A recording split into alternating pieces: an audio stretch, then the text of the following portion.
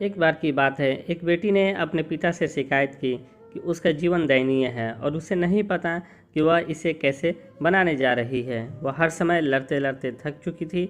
ऐसा लग रहा था जैसे एक समस्या हल हो गई, दूसरी जल्द ही आ गई। उसका पिता एक पेशेवर रसोई घर में ले गया। उसे 3 घरों को पानी से भर दिया और प्रत्येक को तेज आग पर रख दिया।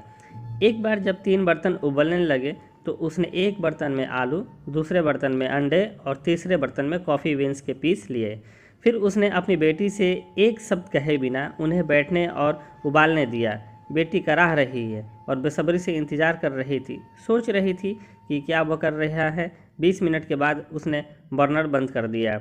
उसने आलू को बर्तन से निकालकर एक प्याले में रख दिया। उसने अंडे को बाहर निकालकर और एक कटोरे में रख दिया। फिर उसने कॉफ़ी को बाहर निकालकर और एक कप में रख दिया। उसकी ओर मुड़कर उसने पूछा, बेटी क्या देखती हो? आलू और अंडे, कॉफ़ी। उनसे झट से जवाब दिया। करीब देखो, उन्होंने कहा और आलू को छुए उसने किया और नोट किया कि वे नरम थे। फिर उसने ऐसे एक अंडे लेने और उसे तोड़ने के लिए कहा। खोल को हटाने के बाद उसने कठोर उबले अंडे को देखा। अंत में उसने उसे कॉफ़ी पीने के लिए कहा। इसकी समृद्धि सुगंध ने उसके चेहरे पर मुस्कान ला दी। पिताजी, इसका क्या मतलब है? उसने पूछा। फिर उन्होंने समझाया कि आलू, अंडे और कॉफ़ी बीन्स प्रत्येक को एक ही प्रतिकूलता का सामना करना पड़ा। उबलते पानी, हालांकि सभी ने अलग अलग प्रतिक्रिया दी। आलू मजबूत, कठोर और अथक रूप से चल गया, लेकिन उबलते पानी में यह नरम और कमज़ोर हो गया। अंडा नाजुक था, पतला, बाहरी और इसके तरह आंतरिक भाग की रक्षा करता था जब तक कि इसे उबलते पानी में नहीं डाला जाता है।